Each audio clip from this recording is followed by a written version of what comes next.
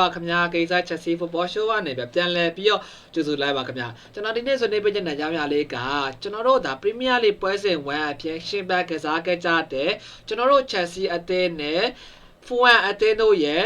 ထိတ်တိုက်တွေးဆုံမှုဒါပွဲပိတ်သက်ချက်လေးကိုကျွန်တော်အနေနဲ့ဆွေးနွေးပေးချင်တယ်ပေါ့နော်အဲ့တော့ညီကိုညအားလုံးပဲမြင်ကြပါခင်ဗျာအဲ့တော့ခုပွဲနဲ့ပတ်သက်ပြီးတော့ကျွန်တော်အနေနဲ့ပြောရမှာဆိုလို့ရှိရင်ကျွန်တော်တို့ညီပြစာပြီးအလောဆိုအနေနဲ့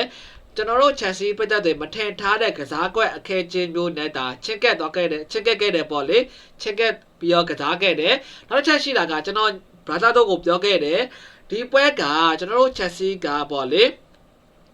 ဖူဝမ်အသင်းကိုလုံးဝကြီးကိုပြတ်ပြီးတော့ဒါအနိုင်ယူလိုက်မယ်လို့ဒါ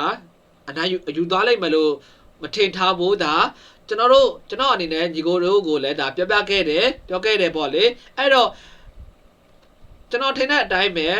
ကျွန်တော်တို့ဒါချက်စီအသင်းကနေပြီးတော့ဒါဖူဝမ်အသင်းကိုဒါ3-2ဆိုတဲ့ရလဒ်မျိုးနဲ့ဒါခက်ကစားပြီးတော့မှအနိုင်ရရှိခဲ့တယ်ပေါ့လေအဲ့တော့ထူးခြားအနေနဲ့ဒါကျွန်တော်တို့ချက်စီအသင်းရဲ့ကွင်းလယ်မှာဒါရီချိန်းနဲ့ရိုမီယိုလက်ဗဲယာကိုတည်သွားတယ်ပေါ့လေအဲ့တော့ဒါညီကိုတို့သိရတဲ့အတိုင်းပဲ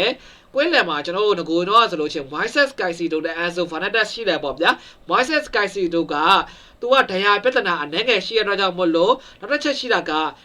ဒီပြစာပြီးအလို့ဆိုအနေနဲ့ကလည်းအရဲစွန့်ပြီးတော့ပေါ့ဗျာသူ့ကိုဒါပွဲမထုတ်စေချင်တယ်ပေါ့ဗျာသူ့တရားပို့ပြီးတော့ဆိုးလာမှာဆိုးရတဲ့ကြောင့်မို့လို့ဒါအရန်ကစားသမားအနေနဲ့တော့မပါခဲ့ဘူးပေါ့ဗျာ Enzo Fernandez ကတော့ဒါကျွန်တော်တို့ဒုတိယပိုင်းလောက်ကြမှာပဲသူ့အနေနဲ့ဒါလူစားဝင်ကစားသမားအပြည့်ကစားခဲ့တယ်အဲ့ဒါကလည်းကျွန်တော်တို့ဒါမန်စီးတီးနဲ့ကိစ္စနဲ့ပဲလို့တော့ကျွန်တော်ကတော့အဲ့လိုပဲယူဆမိတယ်ပေါ့လေနောက်တစ်ချက်ရှိတာကရီချိန်းပေါ့လေရီချိန်းကိုကျွန်တော်အမြင်ပြောမှာဆိုလို့ရှိရင်ခုကွင်းလက်မှာကစားခိုင်းတာကလေဘလို့မှအဆင်မပြေနိုင်ဘူးလို့ထင်တယ်ဒါကဖူဝမ်အသင်းမလို့ပဲကျွန်တော်တို့ဒါအဆင်ပြေသွားခဲ့လို့ပဲကျွန်တော်အနေနဲ့အဲ့လိုပဲယူဆမိတယ်တကယ်အသင်းကြီးတွေနဲ့ကစားမယ်ဆိုလို့ရှိရင်ကျွန်တော်တို့ဒီလိုမျိုးပုံစံမျိုးနဲ့ကဒါဘလို့မှအဆင်မပြေဘူးနောက်တစ်ချက်ရှိတာက Richie အနေနဲ့ဒါအသက်အရွယ်ဘိုင်းရတစ်ခုလည်းရောက်လာခဲ့ပြီးနောက်တစ်ခုရှိတာကဒါသူ့ကိုဒါရှစ်တဲ့နောက်ဆဲပုံစံမျိုးအနေနဲ့လည်းဒါမကစားခိုင်းတဲ့တော်ဘူးပေါ့လေကျွန်တော်အမြင်ရအဲ့လိုပဲမြင်မိတယ်ဘာကြောင့်မလို့ဆိုလို့ရှိရင်ကျွန်တော်ဆောင်းနာပြောခဲ့သလိုပဲ Richie ကအသက်အရွယ်တစ်ခုလည်းရောက်နေပြီးနောက်တစ်ချက်ရှိတာက Romeo Laviaရိုမီယိုလက်ဗဲယာကလည်းကျွန်တော်တို့ဒါအထနေတဲ့ကစားသမားတူဖြစ်တဲ့အတွက်ကြောင့်မို့လို့ဒါဘလုံးမကိုအဆင်မပြေခဲ့ဘူးပေါ့လေဘလုံးမကိုအဆင်မပြေခဲ့ဘူးဒါကွင်းလက်မှာဟာတာကြီးဖြစ်နေပေါ့လေကျွန်တော်အမြင်ပြောင်းမှဆိုရင်ပေါ့ဗျာအဲ့တော့ဒီချက်စီနိပြဇာဘီအလိုဆိုအနေနဲ့ဒါကကျွန်တော်ဆောင်းကနာပြောခဲ့သလိုပဲဖူဝမ်အသေးမလို့ဒါအများကြီးကန်ကားသွားခဲ့တယ်ပေါ့လေနောက်တစ်ချက်ရှိတာကဘာလဲဆိုတော့ဒါတော့မှဒါဖူဝမ်အသင်းရဲ့နေပြကဒါဒီပြစာပြီးအလုံးစုံကဘလိုမျိုးကစားတာကိုဒါသူ့ရဲ့ကစားကွက်ကိုတည့်ရတော့ကြောင့်မလို့ဒါဒုတိယဘက်မှာချက်ချင်းပြင်ခဲ့ပြီးတော့ဒါကျွန်တော်တို့ချက်စီအသင်းကိုဖိအားပေးတိုက်စစ်စေခဲ့တာကိုလည်းကျွန်တော်အနေနဲ့တွေ့မြင်ရတယ်ပေါ့လေအဲ့တော့ဒါနောက်တစ်ချက်ပြောစရာရှိတာကဘာလဲဆိုတော့ကိုသမား Robert Sanchez အနေနဲ့ဒါပြောရမှာဆိုလို့ချင်းသူ့အနေနဲ့ဒီဘက်မှာအများကြီးပုတ်ထုတ်ကောက်ကွယ်သွားနိုင်ခဲ့တဲ့စူပေမဲ့လို့ဒါကျွန်တော်တို့ပေးခဲ့ရတဲ့နှလုံးဒီဒါမပြည့်တဲ့ဂိုးနှလုံးလို့ပဲကျွန်တော်အနေနဲ့ယူဆမိတယ်ဒုတိယဂိုးဆိုလို့ရှိရင်လည်းဒါကြည့်ရှုတဲ့ဒါ brother တို့အနေနဲ့လည်းဒါတွေ့မိပါဗျအဲ့တော့ Levi Coleman ရဲ့ဒါ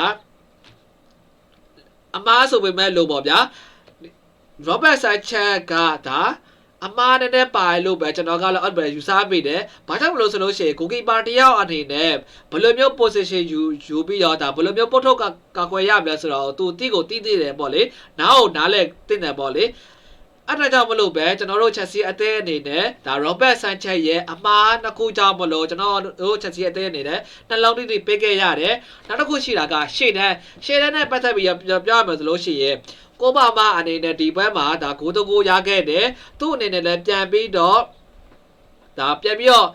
energy တက်ခဲ့တယ်ပေါ့လေအထူးသဖြင့်ဒါမော်ဂန်ရောဂျာလို့ပိုလီယာမျိုးရှိတဲ့ခါကျတော့သူ့အနေနဲ့လည်းပြန်ပြီးတော့အရင်ကိုပါမပုံစံမျိုးကျွန်တော်တို့ချက်စီပရက်တဲ့အနေနဲ့လည်းဒါတွေ့မြင်ရတယ်ဒီဘက်မှာကျွန်တော်တို့ဒါကိုပါမရဲ့ဂျာအိုပက်ထရိုရဲ့မော်ဂန်ရောဂျာရဲ့တိုက်စစ်3ဦးကတော့ ဒါတောင်းဝဲချေပုံစာအတွက်ပဲဒါကျွန်တော်တို့သွင်းပေးခဲ့တယ်ဗောလေကိုသွင်းပေးခဲ့တယ်အဲ့ဒါကကြတော့ကျွန်တော်မေးချင်တာဘာလဲဆိုတော့ဒါခုရာသီမှာ